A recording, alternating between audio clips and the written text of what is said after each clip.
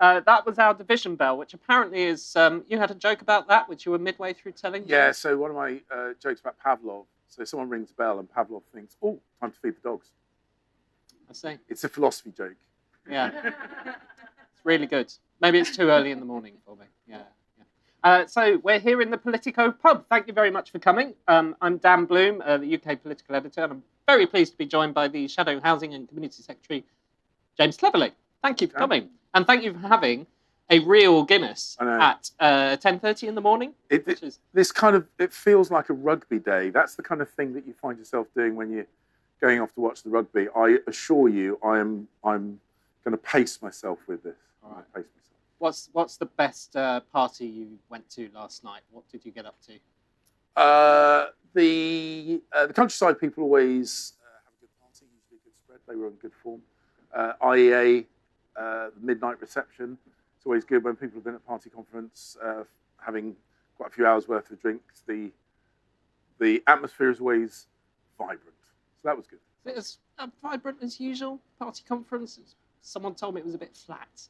I think there are slightly fewer people than we've had in previous years. I mean, that's not a massive surprise. We're not in government anymore, which is sad. Last year we had the leadership campaign, and there was always a buzz around that. This was always going to have slightly fewer people, but I think the people here are a bit younger, and I think that gives some real energy. And there's a lot of ideas, and I really do feel that at this point now there's an energy, a hunger about delivering really solidly conservative principles. And I think Kemi was very good at outlining that in her speech.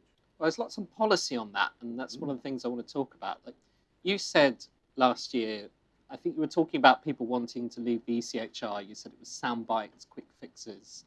You said earlier this summer that it wouldn't be a silver bullet. So have you changed your mind on the ECHR? There is nothing that you've just said in that quote that I disagree with, and there's nothing that you said in that quote that is incompatible with the position that we've just taken. So the point I made is just saying we're going to leave the ECHR and leaving it at that is just a soundbite. And that's exactly what Reform have done. It's like, we'll leave the ECHR, then all our problems will go away. What I said is leaving the ECHR is not a silver bullet. Lord David Wolfson, KC, has written 180-page advice on the method of and the implications of leaving the ECHR and what other things we would need to do in order to properly get control of our borders, protect our veterans, etc. And what he says is it is not a silver bullet. It is complicated but important. That's exactly what Kemi said. That's now the Conservative Party position, all of which is completely in keeping with what I've said. It sounds like you're kind of making it sound as if you were up for leaving the ECHR all along. I don't think that's really the case. No, I mean, if you want to know what I meant, just listen to what I said. What I said was leaving the ECHR and saying nothing else is just a soundbite. I stand by that. Leaving the ECHR is not a silver bullet. I stand by that. And that's now been accepted pretty much across the board. But also, I was the Home Secretary who was frustrated because I couldn't deport the people that I needed to deport. And we have absolutely got to secure our borders, and we have got to be seen to be securing our borders. And it's become increasingly clear. We tried it, we were frustrated. Labour have tried it, they've been frustrated. And Lord Wolfson's report was basically saying, if we want to get control of our borders and protect our veterans and a number of other things, all of those things we do want to do, that actually leaving the ECHR is necessary but not sufficient. That's what his report says. That is now Conservative Party policy, and I'm comfortable, very comfortable with that. Yeah, because as a former Home Secretary, like, how's it actually going to work in practice? Or we could probably devote a whole day to this, and we shouldn't. But like, what are you actually going to replace it with? Like, what are the mechanisms that can make a new system work? So what we've got to remember is that the UK had a very robust series of protections of rights long before the ECHR was conceived, long before the Human Rights Act was enacted. In fact, we were world leaders in this. And actually what's happened now is that the excessive bureaucratization and the mission creep of these incredibly important institutions have now become completely counterproductive. So the people that originally authored these documents, whether the Human Rights Act or the or the European Convention on Human Rights, if I were to travel back in time and say, as Home Secretary, I was trying to deport violent,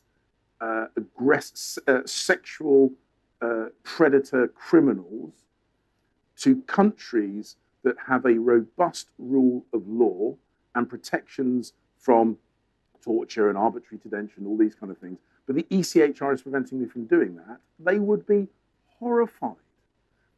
And so we have got to recognise that it is now counterproductive, and it is preventing us from doing the right thing, and it is generating a huge amount of disquiet amongst the public. And as a democratic politician, we have got to respond to that. It was kind of the worst kept secret at this conference that this was going to be the policy. I know it's claimed that the decision was only made on Friday or whatever. I'm afraid I'm going to swear. You were quoted as telling colleagues, the process is accept this or fuck off. Did you say that? So what I said, that's a partial quote. What was the rest of it? So the point I made is that I don't feel that we have to present this as an ultimatum, because the argument is compelling. And I don't like discussing what goes on in a cabinet or shadow cabinet. Other people clearly have, and I think it's therefore only fair that I explain exactly what I said. I said there is a danger of making this there's a danger that we sound as if we're trying to coerce people into this position. And I don't think we need to, because the argument is really compelling. When people, they won't get the full legal advice because that is to us, but when they get the explanation of why we need to do this, how we're going to do this, what else we need to do, the opportunities, but also the complexities, the arguments are compelling. And I know that we will bring Conservatives with us. And therefore, we don't need to say, accept this or fuck off. That was basically what I said. Okay. I should let you get a sip of your Guinness. Get you drunk. See how many swear words we can fit into this. I want to talk about the policy more broadly, right? That the party announced yesterday is like an ICE-style deportations policy, sort of 750,000 over 5 years. But the ICE-style thing is interesting because it's a big point of debate in the US. Do you think the Trump administration has kind of got it right with the way ICE goes? Well, look, the way they do their border security is for them. What Kemi has said, and again, as a former Home Secretary, you won't be surprised to hear that I fully support the fact that we have got to be able to deport people who have no right to be here.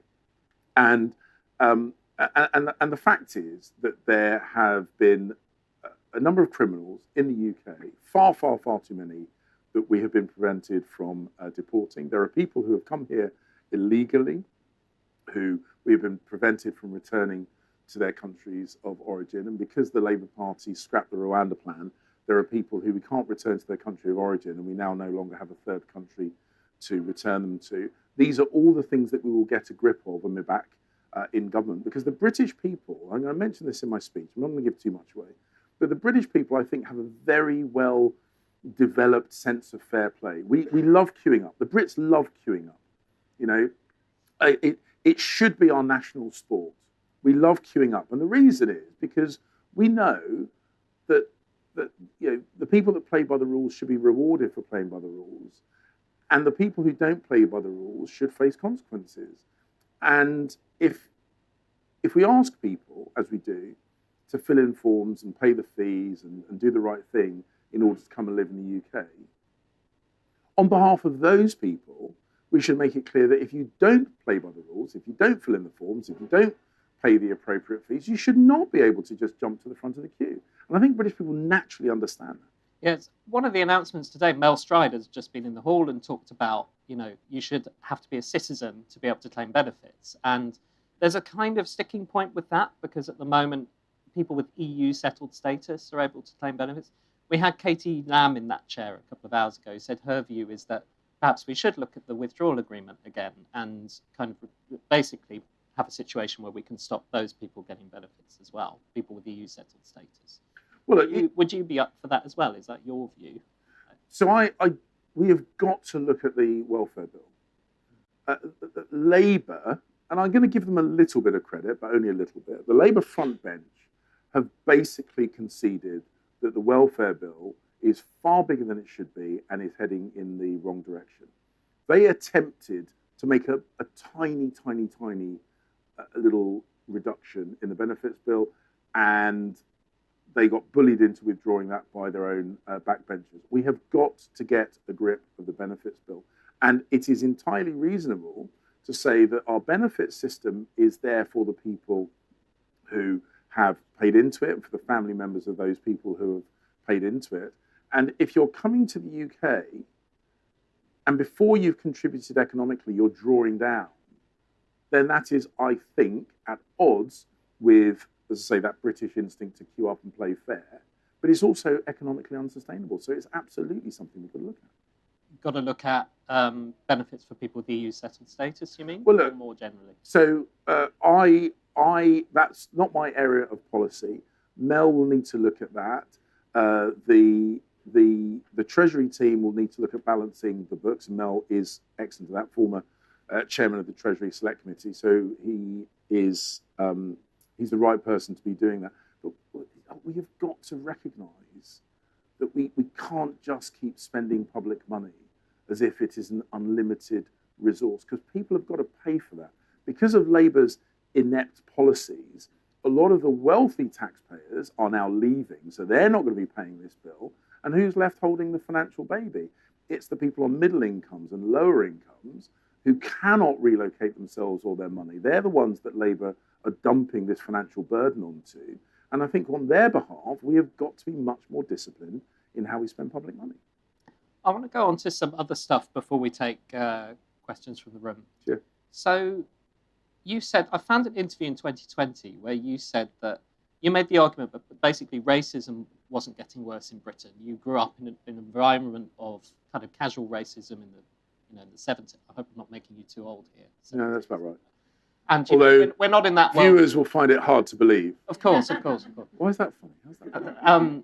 And basically that racism wasn't getting worse in Britain. You fast forward 5 years, there's quite a sort of fractious situation out there in the country. Do you think that racism is getting worse in Britain now? Or do you think, would you stand by basically what you said 5 years ago? I think racism in the UK is nowhere near as bad as most other places in the world. I still think we're in a much better place than our international competitors and comparators. However, I do think the situation has got worse since that interview in 2020. I think we've got a much more polarised political environment. I think that some well-intentioned but counterproductive decisions that have been made in local councils, in some public services, and on the Labour front bench, some of the tone that they've used around things like the Black Lives Matter, around asylum hotels, around the response to the Stockport tax, I think have been really counterproductive. And I think that has generated real friction. Again, I'm going to make a point in my speech later on today that we have to address that, because if we don't, I do fear that we're going to get real splits in the country, and I don't want that. And I also fear that there are some bad faith actors who are seeking to take advantage of division for short-term political reasons, and I completely reject that as well. Do you think, are you sort of arguing that the Black Lives Matter protests were like a turning point here, that they opened a Pandora's box of kind of almost like backlash, basically? Well, it was largely a protest about a situation that wasn't British. I mean, that was triggered by basically the relationship between American police and Black Americans, African Americans. And that's completely different environment in the UK, and we were kind of importing another country's race relations problems, acting as if they were our problems when they weren't, And instead, as we attempt to do in the Conservative Party, instead of saying, actually, look, we're not suggesting this country is perfect, but we do believe in a really good place, you had Labour front benchers amplifying those divisions, making it sound as if being black in the UK was an automatic death sentence, when actually, on our side of the house, you had people of non-British heritage, Rishi, Suella, Kemi, me, Kwasi, and others, in really senior positions in the Conservative Party, in the government.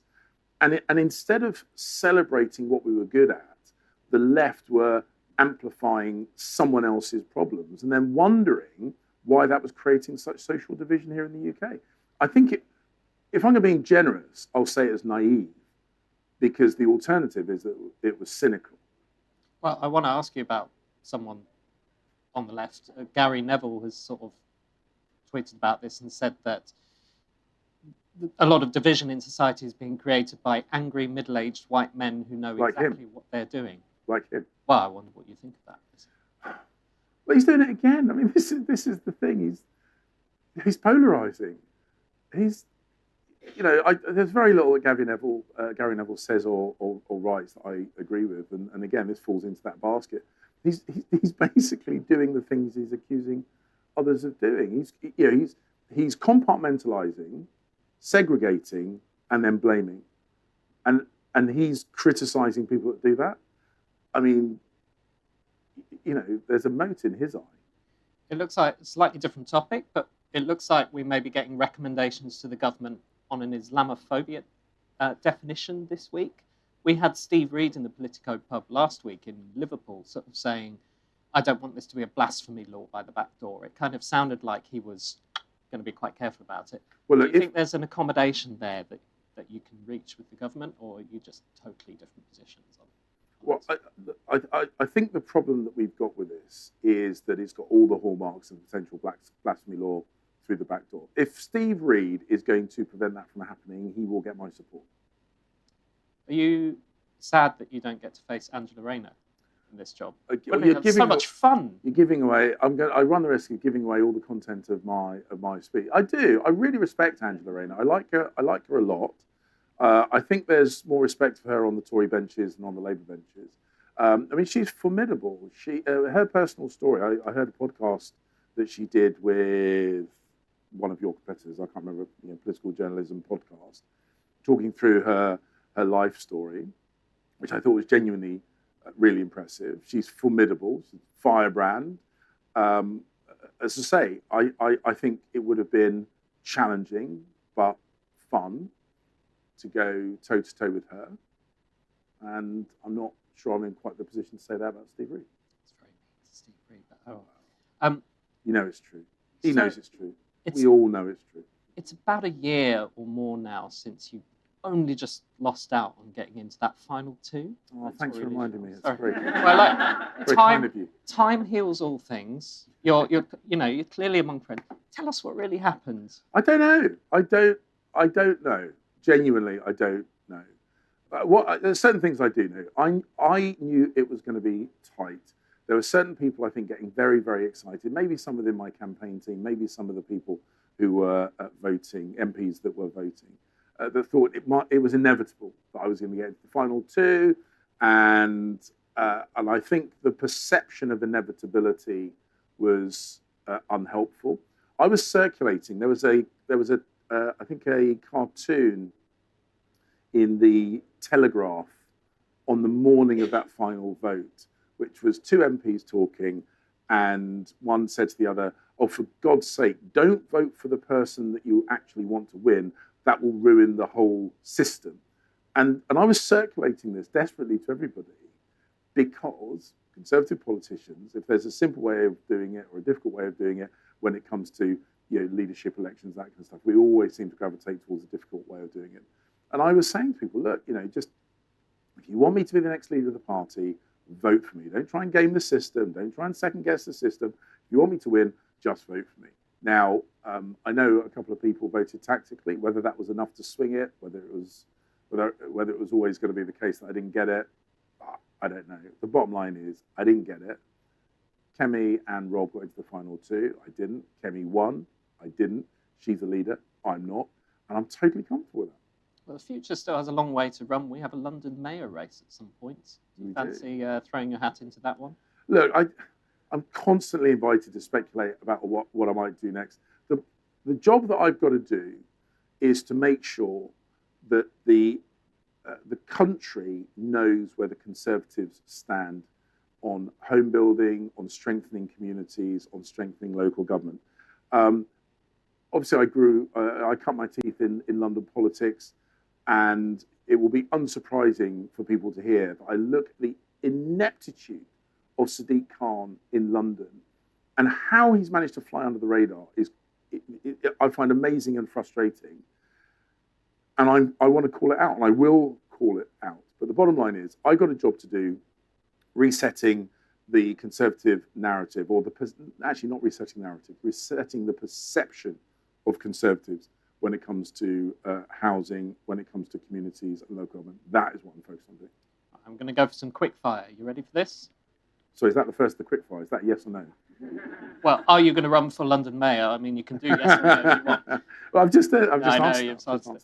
Yimby or NIMBY? Yeah, we've got to make. I don't want to force people to be Yimbys. I want to make them want to be Yimbys. The thing about conservatism is it's not about ramming things down people's throats. It's about making them want to say yes, and that's what we've got to focus on. What's your favourite Warhammer piece of yours? Oh, so so Dark Angels, and I think Chaplains are brilliant figures to paint. Dark Angels, Chaplains. I can admit I have no idea what you're on about, but I'll ask my other half so when I get home. Kemi is an engineer. What are you?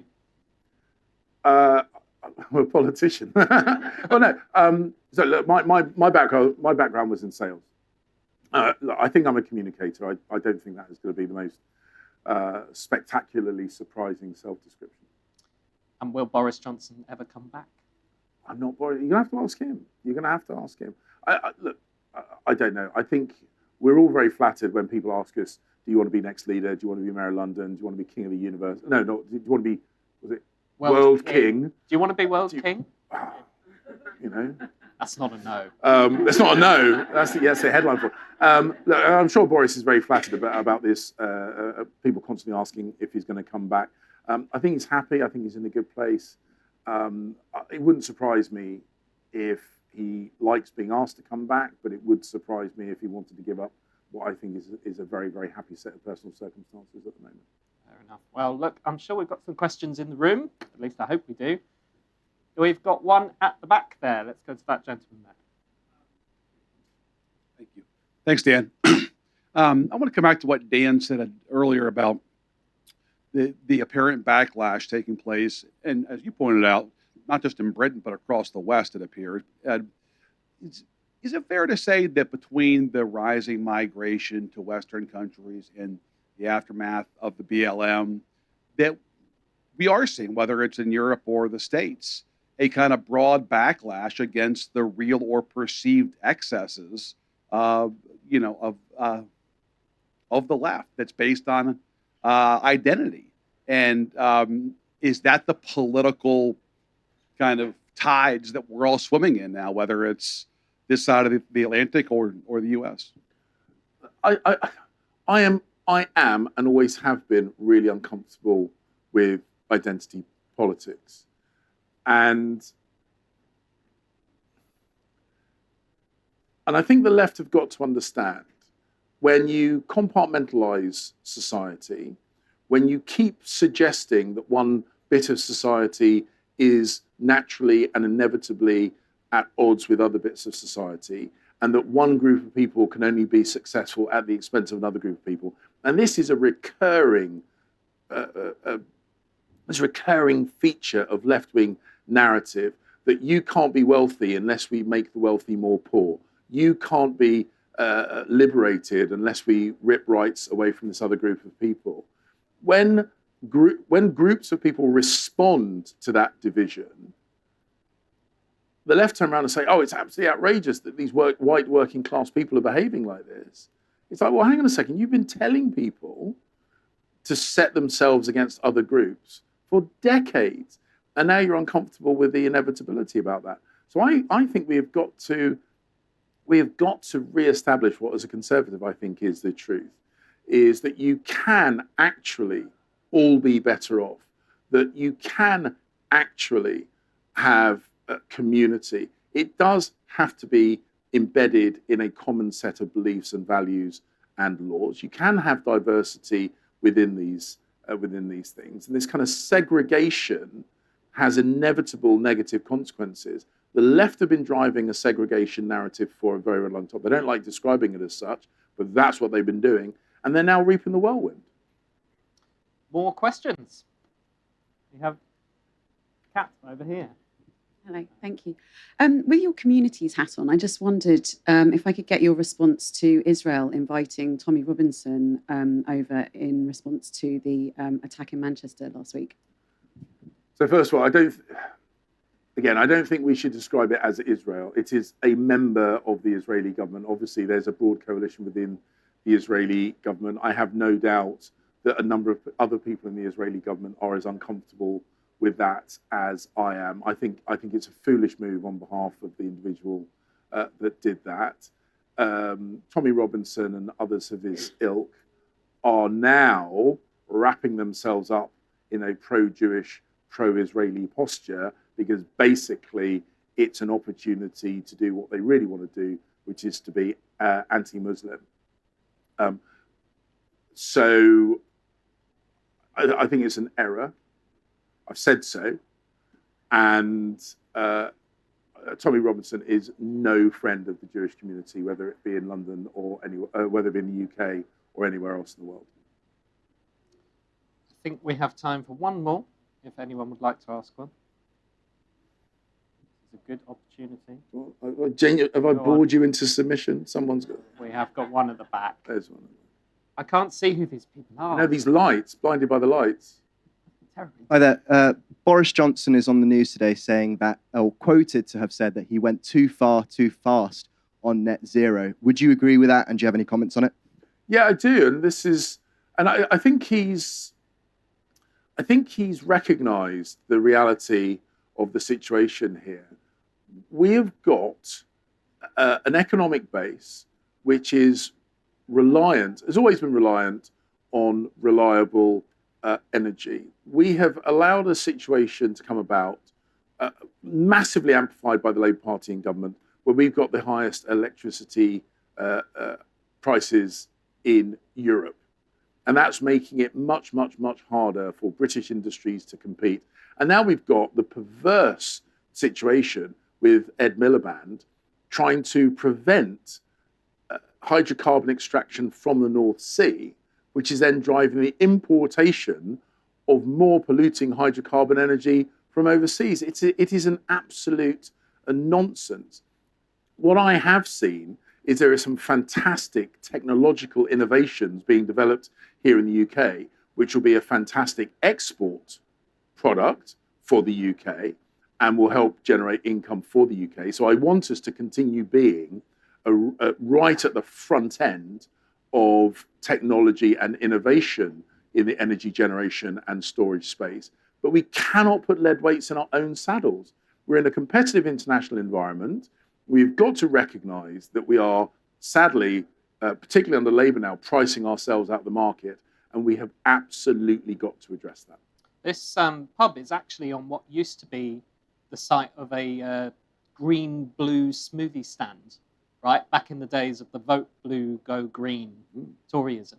Is that kind of Toryism dead now? No, not the Overton window just moved so far that it's just gone forever. But look, with so much of public policy, it is about balance and it is about pace. So we were way ahead of the world when it came to decarbonising our economy. And not just by a bit, by a huge amount. And that pace of change, because of a set of circumstances, both domestic and international, increasingly started making some of our industries uncompetitive. And there is no point in priding yourself with being way out ahead of the field if it means that in protecting your economy, you're slipping back in the field. This is what this is the point that Kemi's making, this point that Claire, I'm sure, is going to make. We have got to be economically competitive, because if we're not, we cannot do the things that we need or want to do. So the strong economic foundation stone is part of our sales pitch here at this Conservative Party conference. It is absolutely right. And reaching back and saying, oh, well, 4, 5, 6, 7, 8 years ago, your position was this. Well, 4, 5, 6, 7, 8 years ago, we didn't have the energy price shock through Russia's invasion of Ukraine. We didn't have other countries competing with us in a number of key areas. Things have changed, and when things change, the smart thing to do is to change your position on things. That's what we've come to, and we're right to do so. Well, we're now going to change the seating arrangement here, because we're back at 12 o'clock with Andrew Griffith being interviewed by my colleague Anne McElvoy. For now, thank you very much, James. I'm going to let you finish your Guinness away from the cameras. Down the whole thing. You're not going to do it for us right now, like John Prescott. There was a point in time where knocking back Guinnesses at it's pub opening time now, but yeah, it's fine. Do it. It's a bit early in the day to be necking pints of Guinness. I've got a speech to give this afternoon. All right, I tried. All right, thank you very much for coming in, and thank you, everyone. Cheers. Thank you.